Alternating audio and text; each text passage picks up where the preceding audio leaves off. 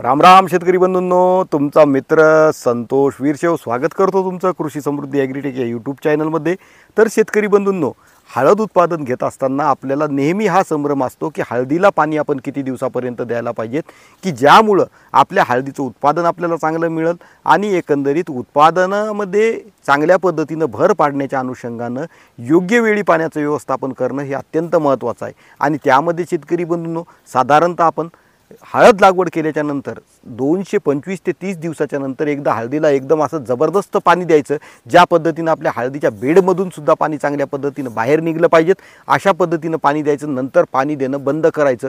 आणि हे पाणी देत असताना शेतकरी बंधूंनो, त्यामध्ये आपण विशेष अशा 2 पद्धतीचं न्यूट्रिशन त्या ठिकाणी वापरणार आहोत, ज्या न्यूट्रिशनच्या वापरामुळं आपल्या हळद पिकामध्ये आपण सुरुवातीच्या अवस्थेपासून तर शेवटच्या अवस्थेपर्यंत जे की नत्र, स्फुरद, पालाश किंवा दुय्यम अन्नद्रव्यामध्ये कॅल्शियम, मॅग्नेशियम, सल्फर किंवा सूक्ष्म अन्नद्रव्यामध्ये ferrous, zinc, manganese, copper, molybdenum किंवा आपण इतर जे न्यूट्रिशन वापरलेले आहेत ते न्यूट्रिशनसुद्धा चांगल्या पद्धतीनं ऑपटेक झाले पाहिजेत आणि जमिनीमध्ये कुठल्याही पद्धतीचे खतं शिल्लक नाही राहिले पाहिजेत।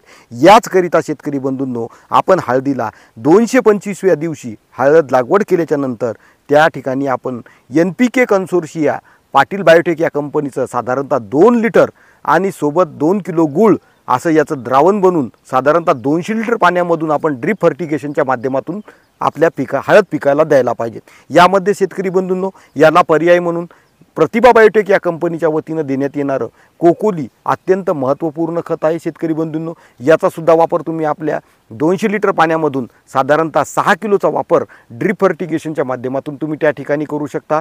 त्यामुळं तुमच्या जमिनीमध्ये दिलेले सगळे न्यूट्रिशन हे त्यामध्ये उचलल्या जातील आणि जमिनीतून पिकाला लागणारे सगळे न्यूट्रिशन उचलल्यामुळं तुमच्या हळदीच्या कंदाचं पोषण चांगल्या पद्धतीने होईल। त्यामध्ये रंग, आकार, चकाकी आणि वजन या सगळ्या गोष्टी डेव्हलप होतील आणि विशेषतः हळद मार्केटमध्ये नेल्याच्या नंतर आडकित्याने ज्यावेळेस आपला आडत्या त्या ठिकाणी काय करतो, हळद खांडून पाहतो, त्यावेळेस आतली ती कुमकुरींची साईज पाहून त्या ठिकाणी तो आपली हळद खरेदी करत असतो आणि या NPK कन्सोर्शियाच्या वापरामुळे त्या कुमकुरींची साईज एकदम जबरदस्त क्वालिटीमध्ये वाढलेली असेल आणि तुमच्या हळदीमध्ये उकळल्याच्या नंतर जे वजनामध्ये येणारी घट आहे ती सुद्धा घट 100% कमी होऊन जाईल। शेतकरी बंधूंनो, 1 क्विंटल हळद उकळल्याच्या नंतर साधारणतः त्याचा 30 किलोपर्यंत उतारा तुम्हाला त्या ठिकाणी मिळेल। म्हणजे एकंदरीत तुम्हाला साधारणतः 100 क्विंटल हळद उकळली तर साधारणतः त्या ठिकाणी 30 क्विंटल हळद ही तुम्हाला त्या ठिकाणी भेटेल।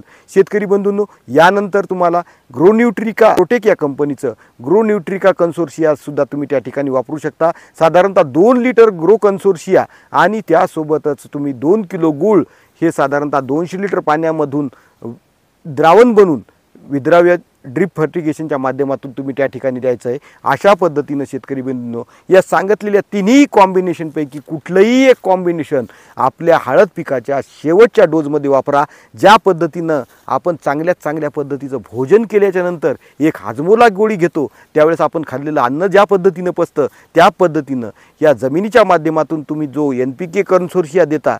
आता NPK कन्सोर्शियामध्ये खूप नामांकित कंपन्या उतरलेल्या आहेत, ज्यामध्ये IPL बायोलॉजिकल या कंपनीच्या वतीनं NPK कन्सोर्शिया देण्यात येतो। शेतकरी बंधूंनो, तो जर तुम्हाला भेटला तर तो सुद्धा तुम्ही त्या ठिकाणी वापरू शकता। अशा पद्धतीनं शेतकरी बंधूंनो, शेतीमध्ये तुम्ही तुमच्या शेतीचं आरोग्य चांगलं पोषक बनवण्यासाठी आणि ज्यावेळेस तुमच्या जमिनीला तुम्ही नांगरटी करसाल, ज्यावेळेस तुम्ही हळदीची काढणी करसाल, त्यावेळेस जमिनीची संरचना एकदम बदललेली असेल, जमीन ढिसूळ झालेली असेल, एकदम सॉफ्ट झालेली असेल शेतकरी बंधूंनो, तर अशा पद्धतीनं आपल्या जमिनीमध्ये नायट्रोजन, फॉस्फरस, स्फुरद या सगळ्या गोष्टींना विघटन करणाऱ्या जीवाणूंची उपलब्धता त्या ठिकाणी वाढेल आणि तुमच्या जमिनीमध्ये एक सुपीकता निर्माण होईल। तर शेतकरी बंधूंनो, अशाच पद्धतीच्या नवनवीन व्हिडिओंच्या माहितीसाठी, शेती उपयुक्त तंत्रज्ञानासाठी तुम्ही आमच्या चॅनलला लाईक करा, सबस्क्राईब करा आणि 100% तुमची एक कमेंट आमच्यासाठी प्रेरणादायी आहे। शेतकरी बंधूंनो, जय जवान, जय किसान, धन्यवाद।